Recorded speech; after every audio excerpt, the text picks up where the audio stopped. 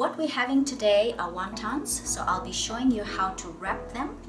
This pastry is an egg pastry wrapper, which I bought from the store. When I was younger, my family and I used to make them. It's a very time-consuming process. It's a lot easier and convenient to buy. So let's get started. For the wonton filling, I've made my own pork mince with seafood mixture. This is something that I made earlier. If you'd like more information on this, you could refer to the link that I've attached below. I'll show you two ways that you can wrap. So what you need to get is a square shaped wonton wrapper, because we'll be focusing on the three angles. So firstly, you get about half a teaspoon of filling.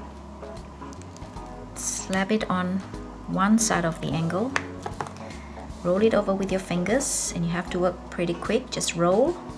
The first wrap is turn the bottom corner to you.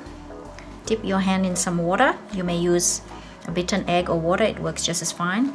Put the water on the top right hand angle, and then just combine the two ends together, and that is the first type of wrap that you can have.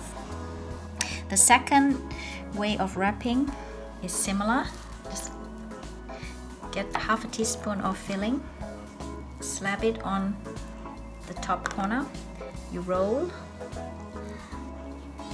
dip your hand in the bowl, but this time you wet the bottom part of the corner, and then you bend the two edges and you twist it